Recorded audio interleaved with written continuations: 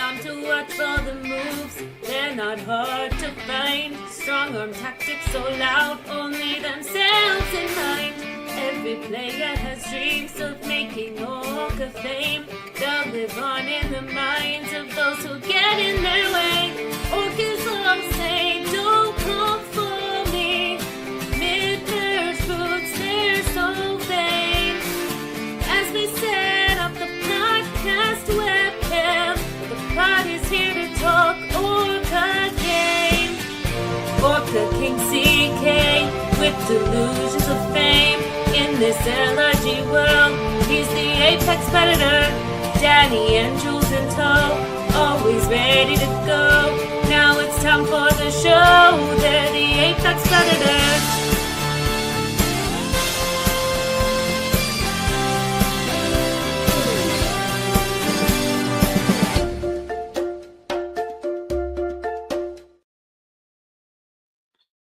Hello and welcome to the ORCA Pod, the Apex Predators of Australian Survivor LRG podcasting, coming to you live for the second part of our coverage of the second best LRG season as voted by the public some many months ago. We've been through many seasons and now we are deep into the coverage of the penultimate silver place finisher. Last week, Jules, myself, and Danny did an over 3-hour deep dive into the ultimate sacrifice. I think we finally got to the bottom of what the ultimate sacrifice was. Did we? I'm not sure we did really, but we did talk extensively about our guest today, who is, of course, the fabulous winner of this season. Played an incredibly dominant game, and looking forward to getting into all the coverage with Ma about her game and how she played such a strong and impressive game over those 2 days so many months, years ago. But of course, there is more coverage to come next week or the week after. I haven't quite locked in the guests, but at one point will, of course, be the amazing Tea Party, the episode everyone comes to see with Annabelle. Guest TBC, because I haven't actually reached out to them yet.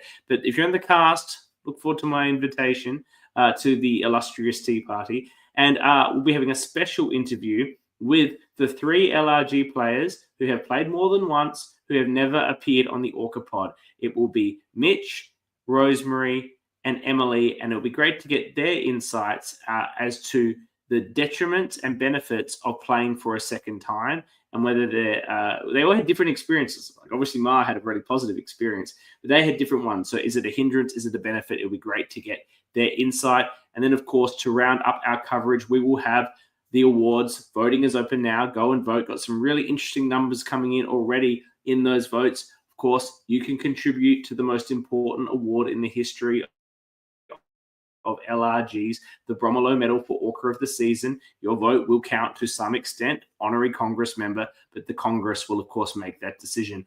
I'll also catch up with Dan, possibly Liv as well, to talk about everything that went into making this season, their thoughts around the twists and all that. That's to come in a few weeks. But tonight, I'm really excited to be joined by the winner of this season, easily the most dominant game in all of the 11 seasons that we did in this rank down. And of course, the 2 that have been released to date, I don't think have changed that position. It's going to be fantastic to get her insights a few years on of how she was able to play this game. Obviously, if you're here live in the comments, we love having you here. Feel free to put through your questions, and La Madrina herself will answer them. Let me welcome to the ORCA Pod, Ma. Welcome. Hello.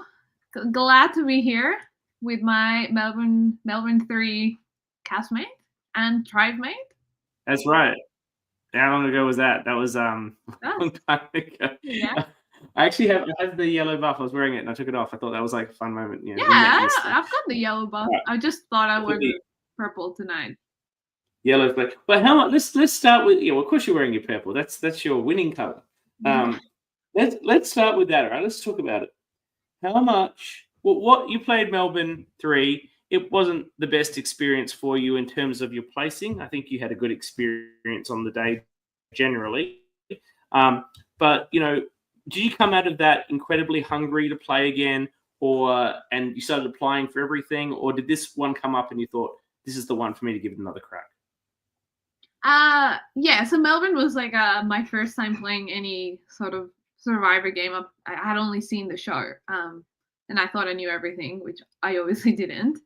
And after, I didn't even know there were more LRGs that existed. But then people in our cast started talking. I think Brady mentioned that there was one in Canberra and that we should apply for it. And then I think it was one day, Tash and I were having a glass of wine in one of those weird COVID lockdown windows.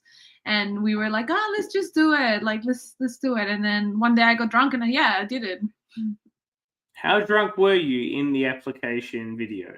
Very drunk. I'm just outside. I'm outside the a strip club in Chapel Street, like the male strippers, and yeah, it was like a freezing night. It's raining, but I thought I'll get this done with and see what happens. And yeah, it changed my life. So yeah, that's great. Well, we're going to be doing an episode on that later, but I think these change a lot of people's lives. But obviously, this one changed your life more so than most people's lives were changed meeting your future husband on the season. Did you hadn't had the benefit of having watched Melbourne 3, though I think you had maybe edited merge episode, maybe, which but having seen yourself is an advantage. Having played before is an advantage. I think having seen yourself is an even bigger advantage.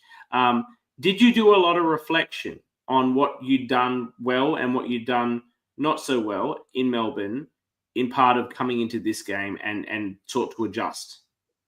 Yeah, so like you said, I hadn't really seen myself because sadly I didn't make it to merge, so I didn't see that footage. But I mean, I was there and I lived in, and you also get to talk to people afterwards, and everybody has insights into how you were playing and you were perceived. And I think the biggest takeaway was that I wasn't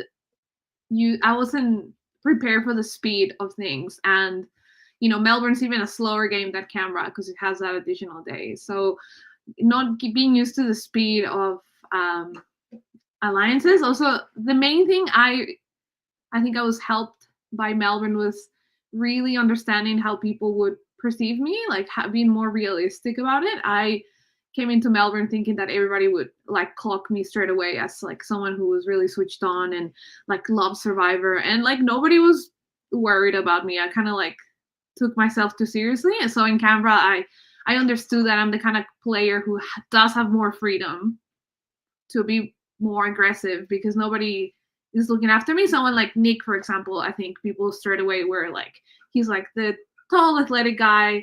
He's like, he stands out. Michael comes across as really intelligent. So I think I understood that nobody was going to pin me as like the biggest threat from the start. So I had more room to move around.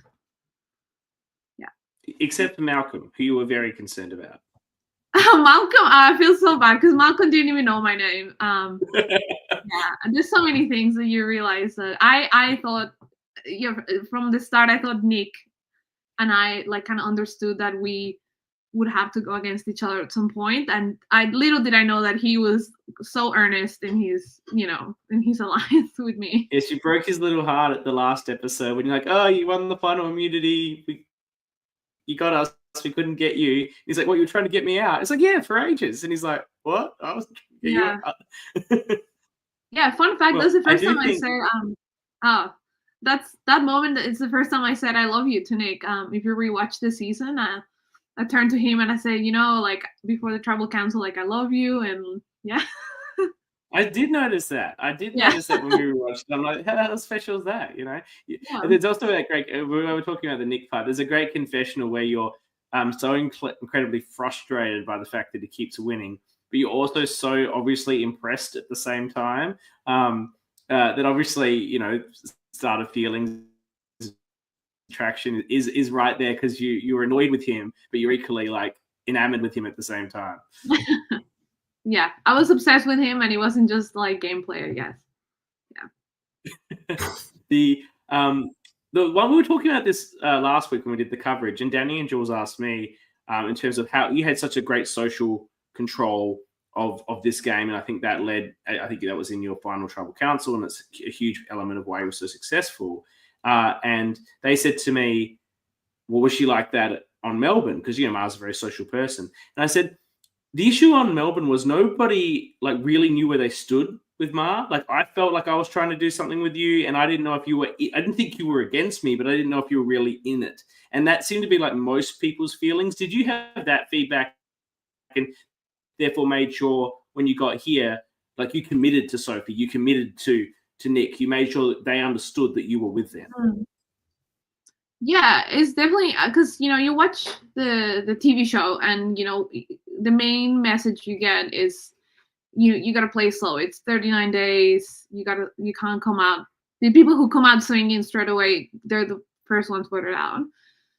And I kind of confused that with LRG. So I was so shy in Melbourne, strategically, not socially, just strategically. I even like who I would consider my closest ally, like someone like Laurel or Rosie. I like looking back, I never verbalized an alliance with either of them until we were at the swap. Maybe I mentioned it, but it was kind of like implied, and I thought that was enough. And I kind of realized, when I turned around and Annabelle was like, me and CK and Max, when we verbally committed to each other, I was like, oh, like that's how you play, like that's how you like make an alliance. I just thought everything was implied, and to a certain point it is implied, but you do at the start at least need to like verbalize it. And that's why you see a montage of me going to everyone at least like, don't vote, like let's work together. So yeah.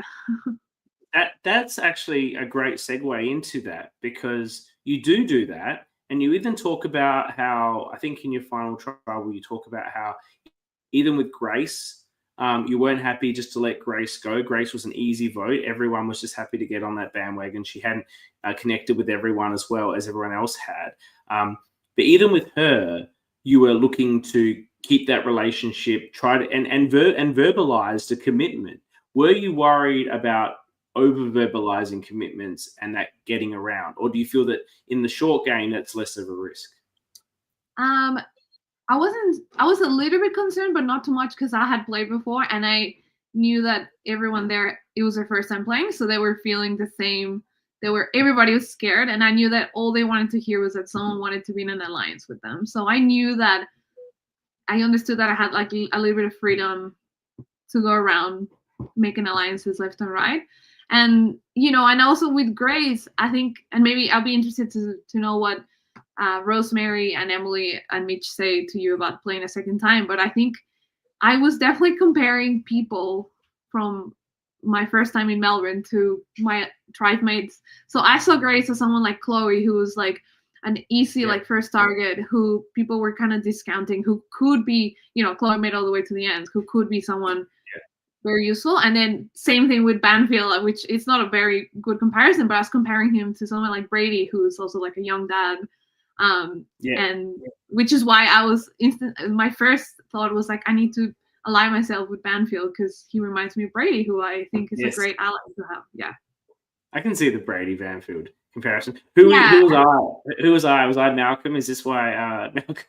Oh yeah, I don't think we had a CK in our tribe. Yeah. Maybe I was a CK. You were a better CK. I definitely saw someone, like I thought like, I don't know, someone like Joe was like a little bit like Rosie, who's like really sweet at the start and like maybe wasn't super into it. Like, I mean, Rosie has played like, like she's played like one-day games, and she's like not to be messed with. But when we played with her, she was really sweet. Yeah.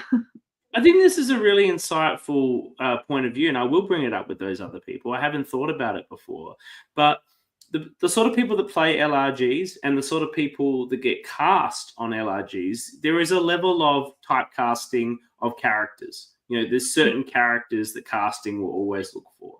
And so on your tribe, you can see similar players, similar personalities to what you played with before, which doesn't mean they'll behave the same way in any particular way, but it's a good way of cataloging and assessing people quickly. And I think there's a lot of value in that. Yeah, and I think, Banfield went from, he's Brady to he's Laurel very quickly, because as soon as I heard I knew I had never met James Wolfe before playing, but I had heard that he played online games. So as soon as, so I knew that James was an online guy. Little did I know that half the cast was like online people, but as soon as James I could tell that he recognized Banfield and called him by his first name. My perception of Banfield went from like innocent dad to like org person. So I was like, nope, I've been burned by the org people before. I'm not doing that again.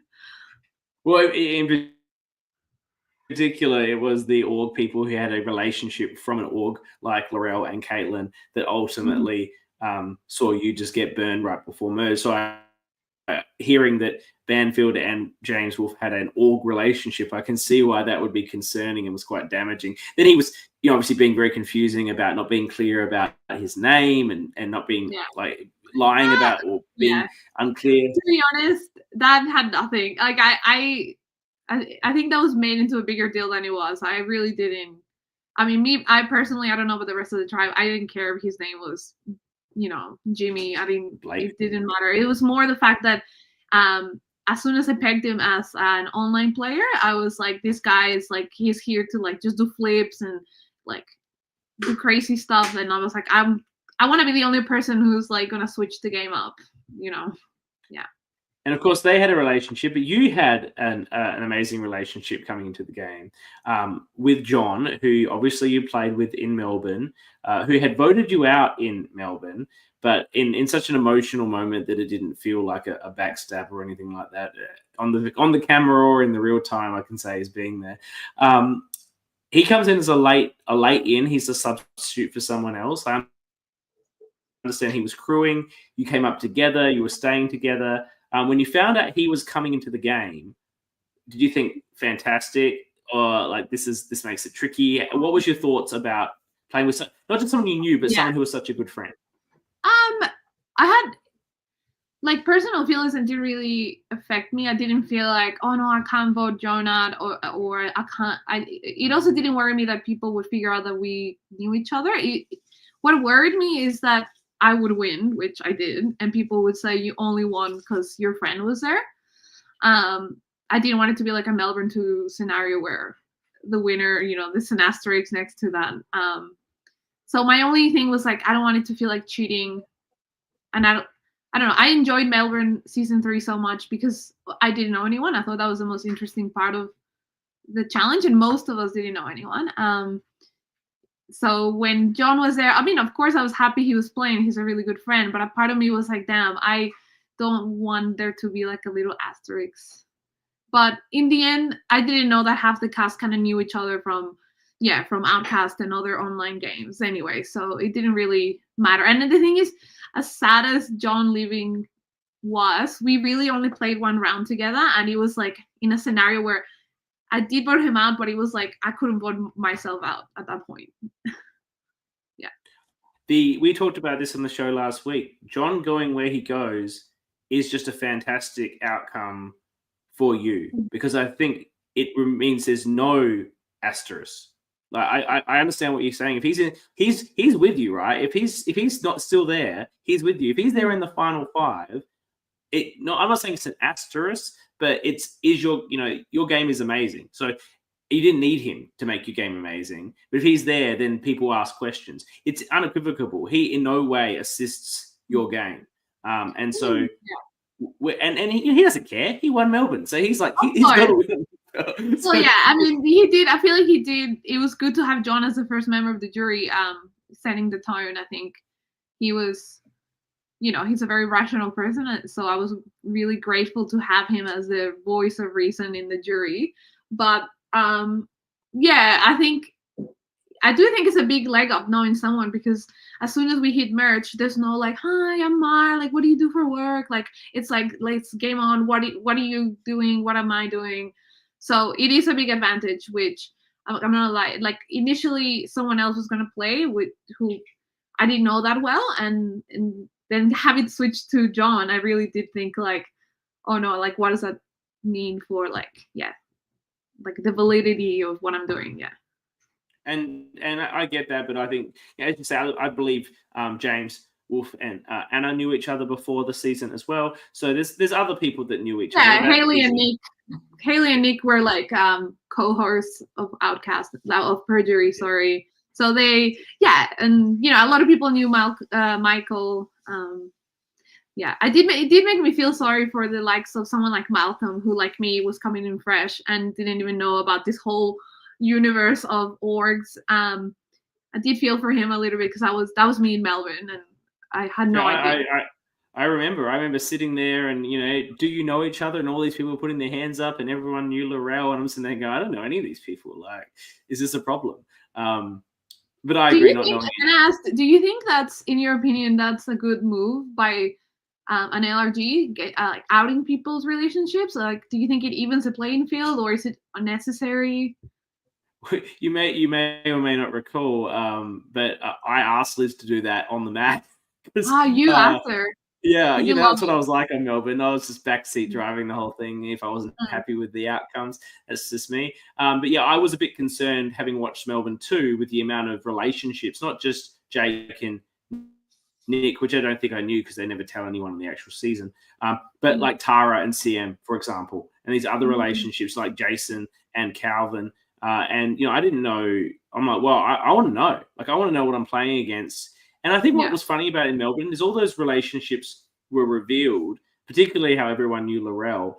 And I don't actually think that factored into the game very much at all once it was revealed. The only one being perhaps, Caitlin sort of used Annabelle's relationship with Kate as a reason to target her. But other than that,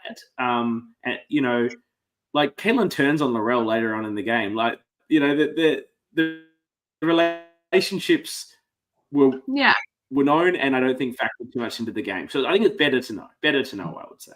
Yeah, I think so. You win a lot of challenges in this season.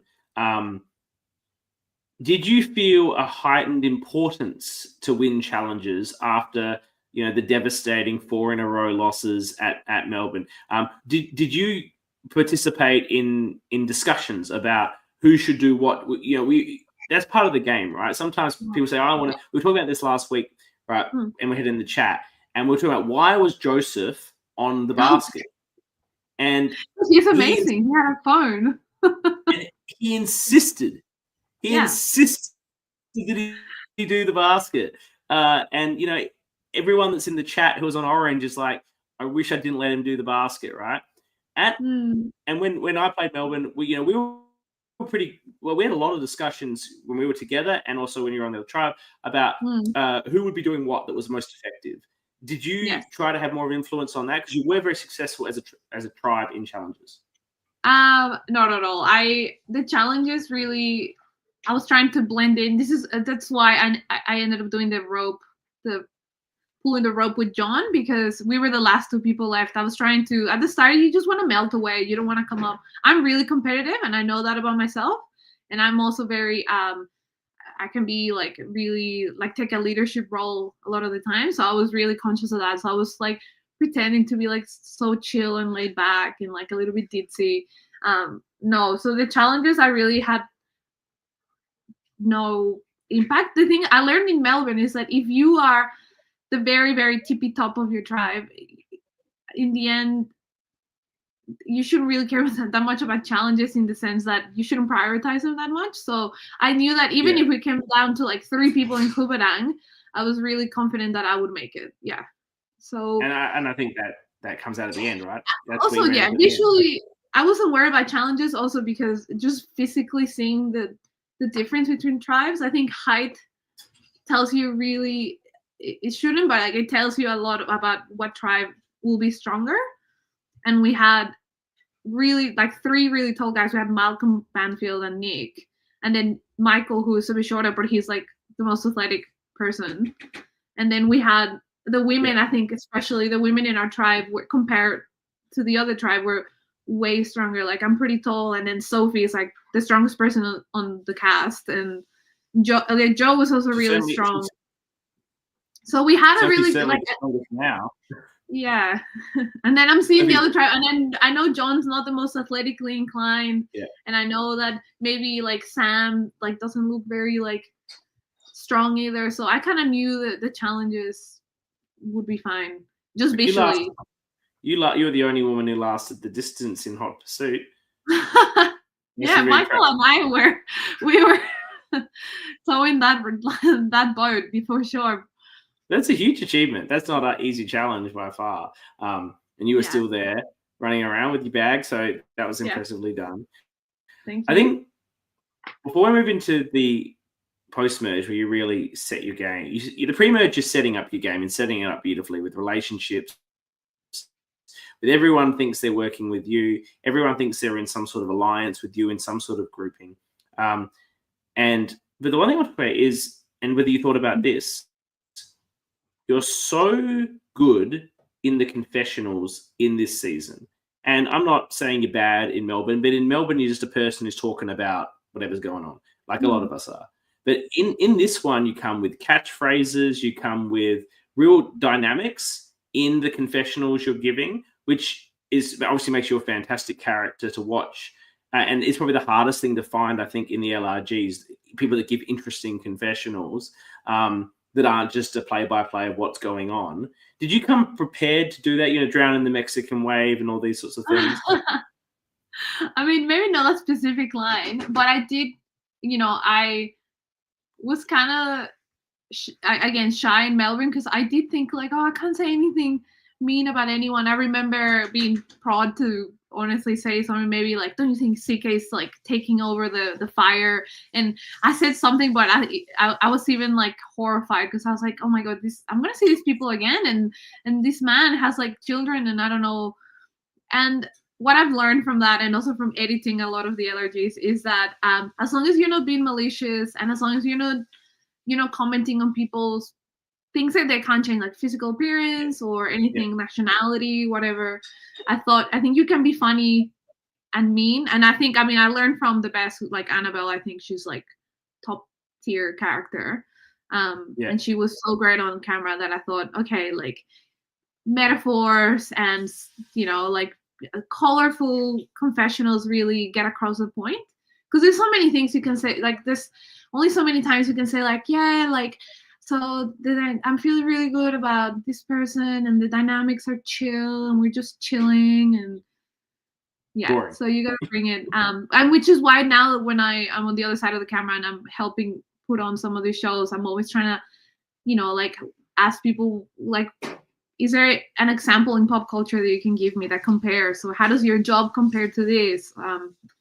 Just bringing people to life, I think, is really important in LRGs, and because otherwise, people are not camera trained. They'll just say, yeah, I feel safe and I feel good, and Yeah, I think that's absolutely correct. That's great. Into merge, how you're coming in, you've got the numbers, you haven't played, as you said, you haven't revealed your hand at all in terms of everyone on Kubadang thinks they're aligned with you. John is there. You have an advantage, I believe. Of course, everyone has advantages. There's a fractured orange tribe coming in. How confident did you feel you're going to go a reasonable distance just looking at the state of play at the merge? I thought, I definitely thought I was going to make it far, but I was more concerned about, am I going to get to the end and not win, or like not get the votes? So I was really thinking about like, I'm probably going to make it far. How do I get to the end? But also like, how do I get there with people who I can beat? So that's what I was thinking at the time as well. And just to like go back to what you said about not showing my hand, I actually feel like the only person I did show my hand to was Sophie, ironically, very early on, because we were the two women in the alliance. I came up to her, and she, Sophie's a very strong personality, and I could tell that she was like a girl's girl, and I floated the idea, like, yeah, we're with the guys, but eventually we'll turn on them, yeah? And she was kind of like, yeah, for sure. And so that's kind of my blind spot. I really thought Sophie was thinking more along the lines of like, we'll get rid of Nick and Malcolm. Little did I know that Nick was doing such a good job on Sophie that she was like 100% on Nick's side, yeah. She stayed with him even after he confessed to voting for her, just to gaslight her into keeping her with him. She still was with him at that point. Like that bond could not be broken. Well, I think Sophie I think Nick read her right, that she really valued honesty, and I think because he was so like earnest about it, she was like, that kind of sealed the deal for Sophie with Nick. So it's a very good read by him, actually, because a lot of people would not react well to that news. I want to talk about your relationship with Michael, who in the pre-merge doesn't look like he's one of your closest allies. And tell me if that's wrong. That's how it feels from the edit. But going into day 2 and then throughout day 2, he obviously becomes your best ally. And you say that you're ride or dies the whole game, I think, at the end. But that wasn't how it felt to me from the edit day 1. Is that an edit thing, or did it develop more on day 2? I think it's definitely an edit, but it's not all on them, because I do think I just failed to tell that story in confessionals. I definitely straight away, as soon as Michael, he said that he was from Melbourne, I immediately was like, this is my guy. And I really did think like Michael, and I was surprised when Michael wasn't like in the core. I thought he was going to be in the core alliance, and when it ended up being like, I think at the very start it was shaping up to be Nick, Sophie, and I plus Banfield and Michael, and then that's when they brought Malcolm in. I was like, no, what does this mean for Michael? So I was very much in the Michael thing. I was just scared that if we did end up losing challenges, if Banfield left, that would mean that, okay, now is it Joe? Is it Michael? Like, I was kind of like, I don't want to put all my, hitch my wagon to Michael so much, because he's not in as good a position as I was thinking he was going to be. Like I was surprised. He ended up being like the, peripheral, like fourth person in the alliance, and I was really shocked by that. Yeah. That's actually really interesting. So you had a connection with him. You wanted to work with him like you had with everyone, but for him perhaps more. But because of the fact that he was a little bit out of just the dynamics that formed, you kept it a bit more at length. And then once you got to the merge, you don't have to worry about that anymore. And you can really lock in and start doing a lot of strategy with him. It just didn't feel like you're doing much strategy with him on the day 1. And again, it could be the edit, but once you get to day 2, he's like your main strategy person. Yes. And I think, honestly, it's because of my ultimate sacrifice visit with Connor. I thought I was like in the middle, and his advice to me was like, no, pick a side. And I was like, I pick a side. And I was like, I'm picking Michael, and I are going to go and like chop off all the Kubarangs, really. We ended up picking up Joe along the way. And my idea, but the problem with that is that my number 1 target was always immune. So even though I was really trying to show my cards and pick a side, I was always like thrust back in the middle. Even when we brought Malcolm out, and I thought, now Sophie and Nick know where I stand. Like but they kept coming back. I was actually very surprised. I was ready to go to war, like pick, go with Anna and Mel and like go against Nick and Sophie, but they seemed to, to my surprise, still wanted to work with me. So I was kind of forced to go back into the middle again. Yeah. With Michael, I suppose. It's somehow, with Michael, it's amazing how, as you say, you make the move on Malcolm, you make the move on Joe, which you regret having to make, but it's the circumstances. You are trying to make a girls thing with Mel, and particularly Anna. You really bring Anna in at that point. And yet no one seems to be, as you said at Final Tribal Council, you were doing this with everybody, but no one was reporting it back. And no one was even clocking. This is why your game is so perfect, because no one clocks how good you are until sort of like the final 5. Anna's the first one who starts. You have a conversation with her after she gets left out of your vote for Sophie, and she's annoyed at you about it and being left out in the cold. And we did vote for Sophie. Did she vote for Sophie? No, maybe when I stole her vote out and we voted, Malcolm. Yeah, she's very, very annoyed with Mel. That's right. She's like, I would have voted for Mel. I hate Mel. Mel's been voting for me like the entire frigging game. Like, she doesn't even know my name. Why didn't you tell me? And you're like, I don't trust you, whatever. And that's when she goes to some of the other people. It's like, we should be voting out Ma. Like, Ma's the person who's like dominating this game. And the only people she's got to sing that story to are Michael and Sophie and Nick, and none of them are interested. But it's like the first time, and they acknowledge it. They're like, yeah, Maria's playing a good game, but I'm not going to vote her out. Like that's it. You only get realized and talked about like that at a point you're so insulated at the end game. Well, and that's why I wanted someone like Malcolm out, because I didn't feel like he was 100% on my side. Like it's someone like you want to keep, you know, you have an alliance and it's like an onion. You want to like keep the people who are really close. And I kind of understood that Michael and I were like locked in, and Joe as well. And that's why I was like, I need the people who are trying to do the same thing as me to leave. I need James to go. I need Malcolm to go. Even Mel. I think Mel was so good at running around, and she was so agreeable to everything that I think she was open to working with anyone. And Anna, I was dying to work with Anna, but just circumstances was always like against us. But lucky for me, Anna had nowhere else to go, because I was like, every time she came back to me and she was upset that we didn't tell her or we didn't do the thing she wanted, we said, what are you gonna do? You're gonna go with Nick and Sophie, who won you out? Like sorry, you're stuck with us. Yeah. She should have gone with them. That's exactly right. And you actually say that to her. That's where the sort of La Madrina stuff came, because it's like, you're like, what are you gonna do? Like you said to her face, like, yeah.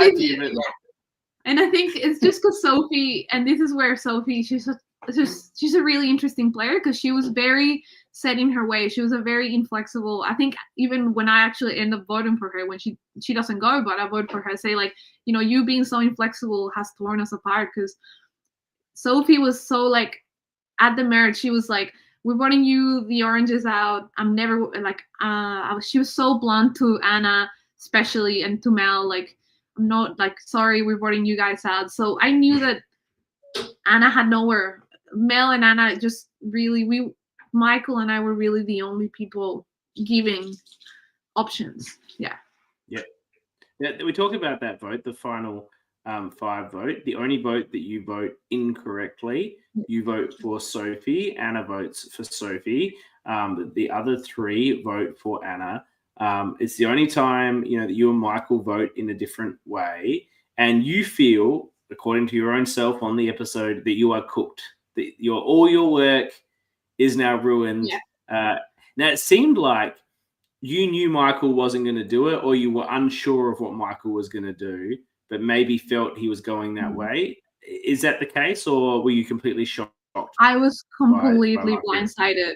It was the only time in the game where I felt completely blindsided. I'd never been blind. Not even in Melbourne was I blindsided. Even though it was the first time I felt it, and I was shocked. But a part of me understood that, you know, Michael's probably trying to differentiate his game. But I mean, to this day, I still stand that it was the wrong decision, because that kind of guaranteed. You know, at that point, I'm thinking, if Nick makes it to the end, he's winning. Like, that was my view of things. And then, so I thought this kind of locks in Nick make it to the final, because it doesn't matter who wins immunity. Sophie's going to force a tie at 4. And Nick, more likely than not, he's going to win the fire making or whatever puzzle it is. So at that point, I looked at Michael and I said, and I also think that kind of sealed Michael's fate. Because, yeah, I mean, Michael, for me, I was never going to, more than Nick, I was never going to go to the end with Michael, because I really did see him as the person to beat in our season. And I think a lot of people did see Michael as the favorite to take it all, yeah. Do you think that if, let's say, Michael's sitting at the final 3 with yourself and Nick, he's winning, or is it just a crazy, like a 3-2-2 vote split or something crazy like that, and who knows who wins? I think in that specific scenario, I think that's the only way Michael doesn't win, because I think him and I would split votes and then Nick would win. But I think Michael against me and Sophie, Michael wins. Michael against Nick and Sophie, Michael wins. Michael against any combination except that one, I think he wins. Fascinating. Yeah. I think what's really interesting about that move, though, in the way it plays out, is because you do get blindsided. But I think if you'd got your way and had voted out Sophie, then potentially it is you, Michael, and Nick in the final 3, because you probably don't want to go with Anna, like with all the oranges on the jury, right? No, I think I would have gone to the end with Anna over Michael 100%, because I knew just from I knew from Mel and I knew from John all the drama that had happened in the Orange tribe and how Anna had been very frustrating to work for them to work with. Like she had been like trying to like pull things on Mel, and like when it was like an easy Haley vote, she was trying to switch it and all this. So I knew, especially from John, that the Orange tribe felt very frustrated towards Anna. So very early on, even though people thought, and I thought Anna was a great player, I knew that she had unfortunately burned a lot of the Orange people along the way, and she wouldn't just be guaranteed their vote. So I think Anna would have had an uphill battle just because Mel was her nemesis and John was very frustrated with her. And yes, I don't know where James would have voted. Yeah. I think James was always going to vote for Nick. It's his sort of guy, sort of thing. I think that's what he's doing.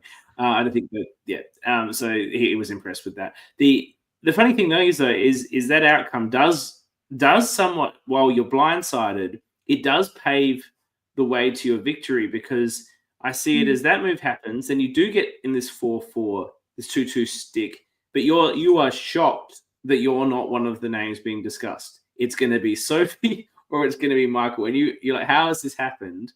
Like, no one's talking about me. You thought it was going to be you or Michael or you or Sophie, but yeah. And well, then at that point, yeah, I know. And then you vote. Then you make the move. Yeah. That I wonder if you could make if it was your first time playing. We talked about this last week. Michael, he's sworn his allegiance to you. He is a great ally to you. He's been a great confidant the whole game. I know that you're still great friends today. So you had a really genuine relationship that was building there. And, he's saying there's no way I'll ever vote you, Ma. And he's still sticking to that at that point. And he genuinely, I think, is saying that to the truth. And you have to make the hard yet correct move to cut him. Was having played before gave you the ability to do that, in that it's a game. Yeah, it's all emotional now, but in a week everyone would be laughing and having a good time about this, and it doesn't really matter. Whereas when you're playing the first time, it all feels like this is going to be real forever. That's how I felt, right? And you don't realize how at the end of the day, everyone gets over it and everyone's having a great time. Yeah. Did you think about that he and I are still going to be friends? This will be fine. Yeah, I definitely thought Michael would take it well, but I honestly, maybe this is a psychopath in me, but I was like, it doesn't matter if it's my best friend, even someone like Joe, who I knew would be taken. I was ready to cut anyone, to be honest.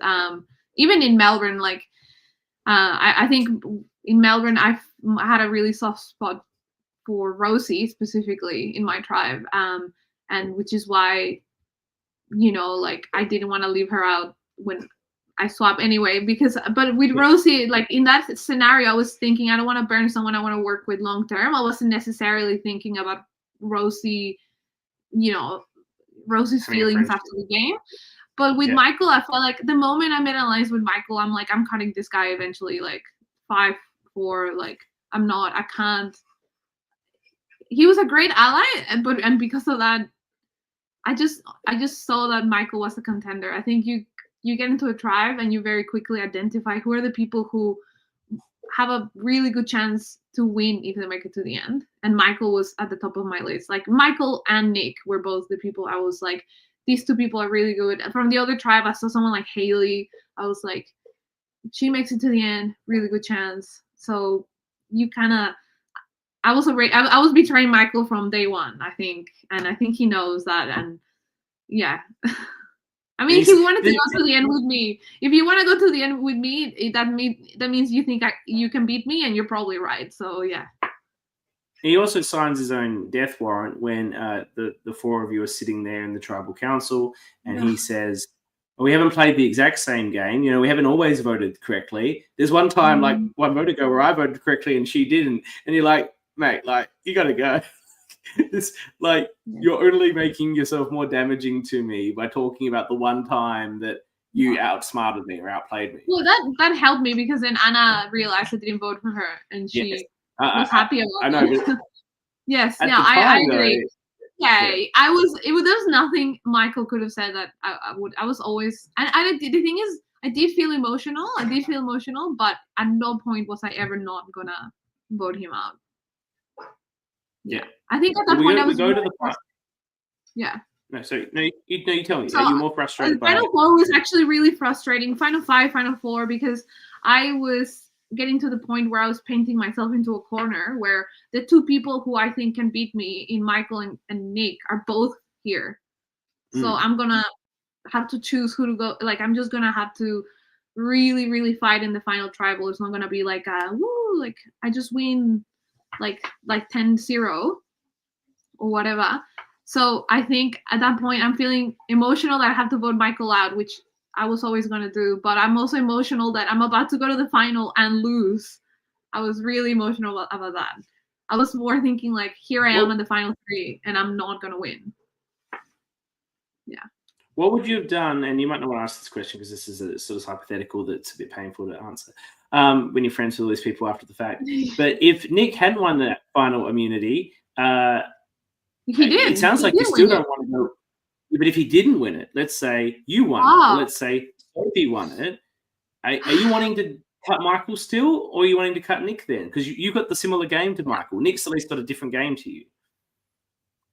I think I might be misremembering, but I think at that point I had made my brand so much getting Nick out and getting Nick as the ultimate like thing that I stood for.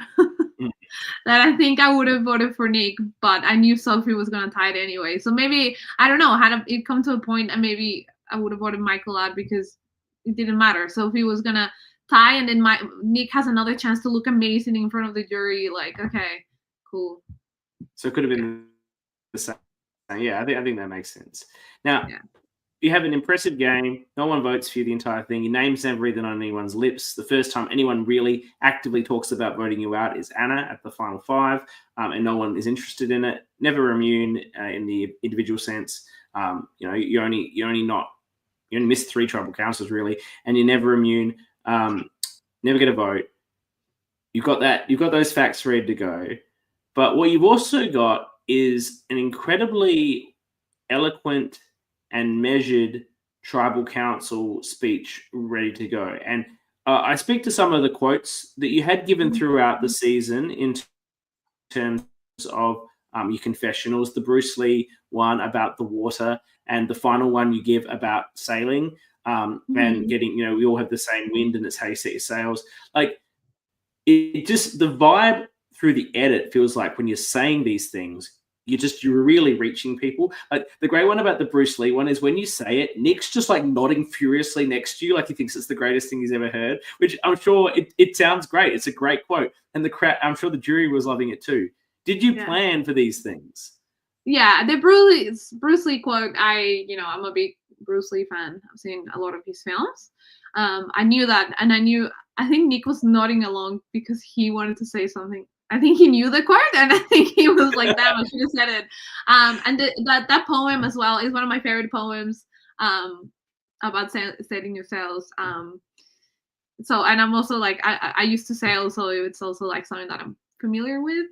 I actually was shocked at how hard final tribal council is. You can never read. Even I slipped up, then I don't look at Mel exactly the way she wants me to look at her, and I really misread Joe. And I'm like, honestly, when Joe didn't want to hear from me, it like broke my. That was when I actually like the first, like the first time I thought of like real life implications outside the game. It was like seeing Joe so distraught, made me really, really sad and made me feel like that was like my biggest mistake. And I tried to explain that was my biggest mistake, but she didn't want anything to do with me. So yeah, it was really hard.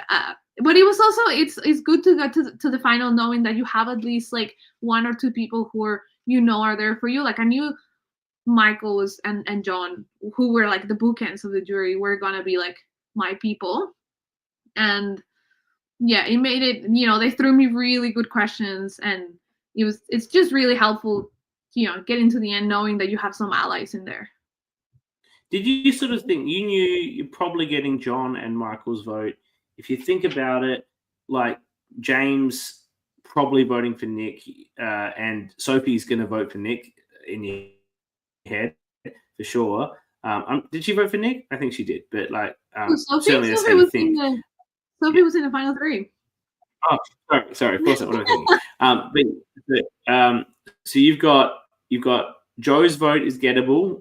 This is how we start the day. Joe's vote is gettable. Malcolm's vote is gettable. Mel's vote is gettable, and who am I missing? Anna. There's one more. And Anna. Yeah. So of those 4, are you? No, because you'd spend a lot of time with John, and I've spoken to John about his approach in Melbourne, and that he really thought about he wasn't going to get Brady and Max's vote. Maybe he could get mine, but probably not. So he just focused on the 4 he could get. Had he told you that sort of thing before? Were you thinking along similar lines? Yes, I was never gonna discount anyone because then you're surprised. Like I was like so sure Joe was voting for me, and then when it was really apparent that she wasn't, I started panicking. But I actually thought I had like pretty much all the women on my side. Mel also surprised me that she didn't vote for me. You never know. And then Anna, I had a really good feeling Anna would vote for me because I feel like she felt vindicated that I didn't vote for her. Like I also thought it was a stupid move. And I think Anna is the kind of person, and I think I saw myself a lot in Anna. I said Anna, it was me like 10 years younger, that she always was so sure she was right, and she was frustrated that people couldn't see things her way. So when I tried to like tell her like, no, I did know what you were talking about, I just really couldn't.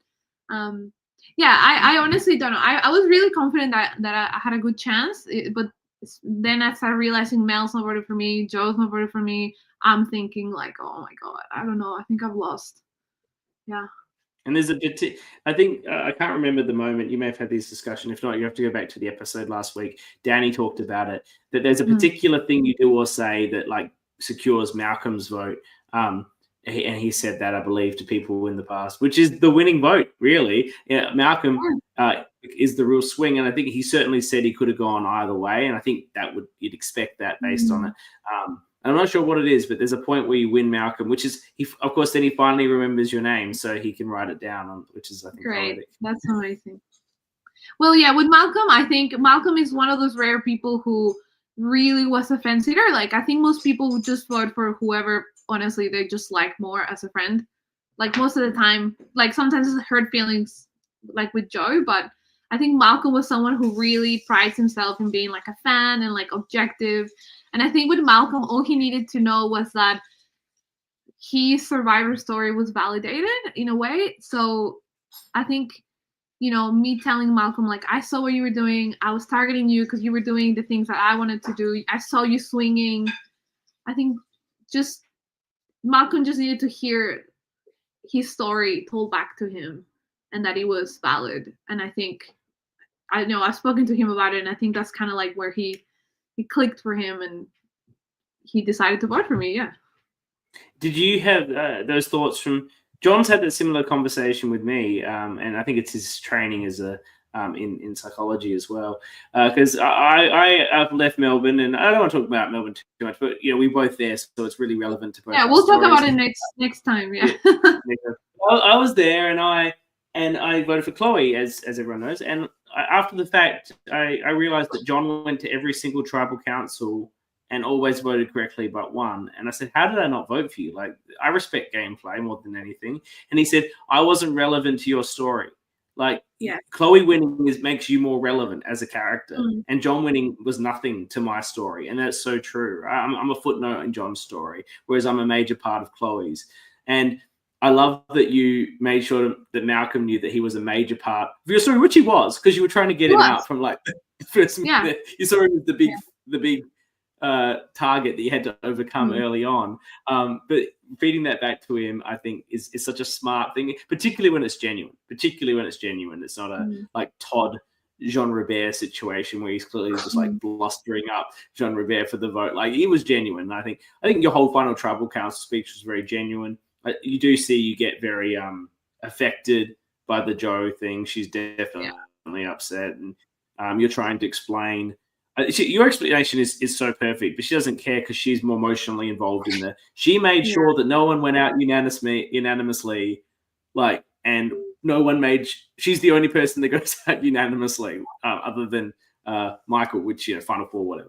And that's the one thing that I kind of like. I lose sleep over. Like, had I not voted for Joe, not only as like, oh, like Joe's my friend, but also like what a genius thing to say that I'm so socially evolved that I remember that was important to Joe. Like would have been so amazing, like to say something like that. Yeah, I threw a vote on blah blah, and you were going. I could not. There's nothing I could do about that. But I threw a vote on blah blah. Like, yeah, exactly. Yeah, because that was your thing. Make sure no one goes out unanimously. So. And she would have loved you. You would have had her vote locked down. That wouldn't be a question. How many years ago was this? Was this 3 years ago? Roughly? 3.5 years ago. Yeah. 3.5 years ago. Nick and I just had our 3-year anniversary. Yeah. What? How? Look, I've never won. Sometimes I've won orgs, and I look back on that incredibly fondly. But I can't imagine what it's like to win a real game. How much do you look back on this weekend? I know it's changed your life, obviously, dramatically. But how much do you look back on this with a fondness, and how fond? It's got to be one of your best times of your life, right? These 2 days. Yeah, definitely. And I think Nick and I have the right to say that Survivor Canberra has meant the most to us. Nobody that I know has met their spouse playing Survivor. So yeah, more than the win, honestly, the win is fun. It's like amazing. I was more relieved because that my family was gonna be like not concerned about me being upset about no winning. But now that like having won by 1 vote to like my future husband, that's more like important, and it's more about having met Nick and meeting so many great friends as well. Like there's so many people in the cast that I still see and are gonna be friends forever. And it's an incredible game. The love story is amazing. If you guys choose to have children, I'm sure being able to show this to your children will, like, I think about that with like Boston Rob and Amber, right? To be able to show their children the beginning of their like relationship on All Stars must have been really, really cool, right? Like, their story is really romantic and they're on the same page. I think Nick and I are more like, like knocking heads. It's not the most romantic of like starts, I think. But yes, I would. It is, but even though you're frustrated by him, and there is a clear like, you think this guy, there's something you like. There's something about this guy. I can't beat him. I can't he's frustrating me. But like it's not like I hate him. It's like, as you say, you love him, right? You said the thing. Yeah, I think he's frustrating you, but you love him. You don't hate him. I think I didn't know it at the time, but now that I think about it, maybe my fixation with Nick is the best, Nick is the funniest, Nick's gonna win. How could you not vote for Nick? It was maybe just like me, like internalizing my attraction for him. Yeah, like nobody would Anna, because Anna would say it all the time, and I'd be like, why is it getting Nick such a big deal? Like Nick, what, like Nick? And then I was like, no, he's amazing. Can't you see that he's the best? Yeah. Anyway. That's fantastic. Thank you for coming on. Love doing these deep dives with the winners. Thankfully, some people, I think they have to Did you have to rewatch this? Sometimes the winners have to rewatch to remember their season. Do you have it? No, I love Survivor, so I'm super into the strategy of it all. So yeah. Do you know who you're gonna have for the tea party? Probably. I haven't asked them yet, so they gotta look out for their emails. And I don't really make. Or I am just Annabelle's assistant on that, and I give her. She has the say. We'll be getting Michael. Hopefully, if they're available, Michael, Malcolm, and Mel with the Triple M. Yes, that's a good three. If they're all available. Yeah. Yeah. We generally the general style is we always have post mergers, but not the final three. That's who we try and get for it. Yeah. So sorry, Nick. That's the only reason you're not there, Nick. No. I think Nick is super fine with that. I think those three will be very fun with Annabelle. Yeah. So thank you for coming on.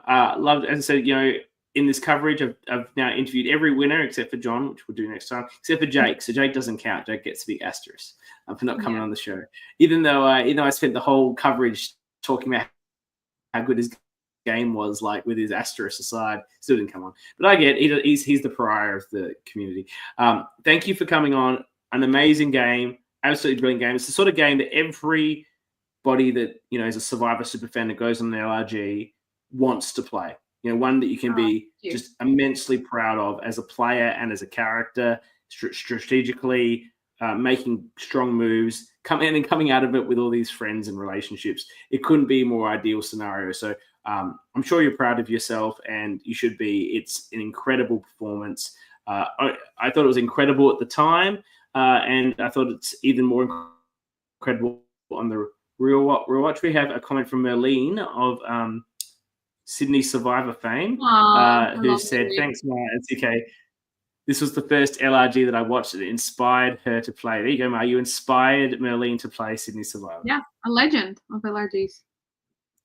Thank you, everyone who has come in and watched. And thank you, of course, to everybody who watches this after the fact. We really appreciate your support and the ongoing support for our show and for Australian LRGs. In the next episode will be the catch up with the three or the tea party. My scheduling elf, which is myself, hasn't done such a good job of putting it together, but I promise you there will be coverage. And stay tuned, because apparently, even though we've got these episodes and then we get to the best season, I didn't vote for it, but other people voted, because apparently the secret sauce to a great Survivor season is Ma and John, right? That's the secret sauce. So we will be getting into the best season in a couple of weeks, playing with fire. It's going to be wild. I can't wait just to talk about myself for like 5 weeks. That's a good season. That's a dynamic season. It is a dynamic season. This season is a little bit Boston Rob Redemption Island, because you're so dominant. Like, great gameplay, but like, I was trying. I tried to make moves. Trust me. You didn't need to make the moves. Yeah. You just get any moves you made were basically overplaying because you're in such a good position. Like, but Melbourne is more interesting. I think it's interesting too. Thank you again for coming on. I've got to find the music. And thank you, Ma. Really appreciate everyone who is here. We'll see you next week. Okay.